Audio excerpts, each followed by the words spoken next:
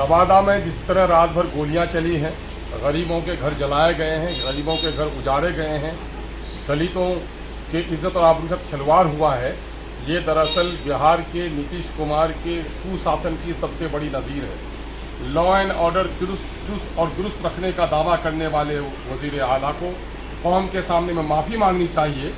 कि उनके राज्य में दलितों की इज्जत आबरू, उनका घर मकान जान सलामत नहीं है और जो कुछ वहाँ है उससे राज्य का सर शर्म से झुक गया है। और यही वजह है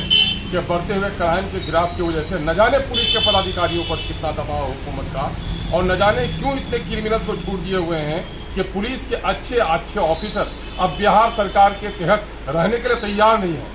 है ना। लांडे जी एक अच्छे पुलिस ऑफिसर थे, उनके लॉ एंड ऑर्डर का क्या कहना, लेकिन उन्होंने भी उकसाकर आज बिहार सरकार की मुलाजमत छोड़ दी और आईपीएस की नौकरी छोड़कर बिहार के इस कुशासन के खिलाफ लड़ाई लड़ने का इरादा किया है। इससे बढ़कर क्या सबूत हो सकता है। बिहार में दलितों का और खास करके अक़लियतों के जान और माल के बारे में बड़ा सवाल खड़ा हो गया है। अभी समस्तीपुर से खबर आई है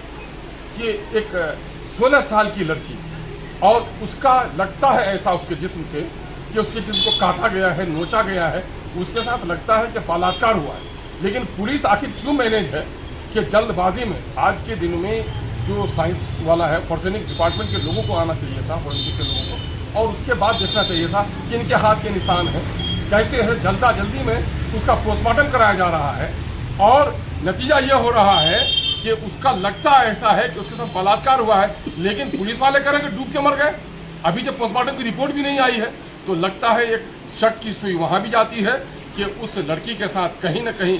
अनहोनी हुई है और उसके जो माता पिता है, परिवार के लोग जो इंसाफ मांगने के लिए आए, पुलिस दमनकारी नीति करती है, उस पर डंडे चलाती है।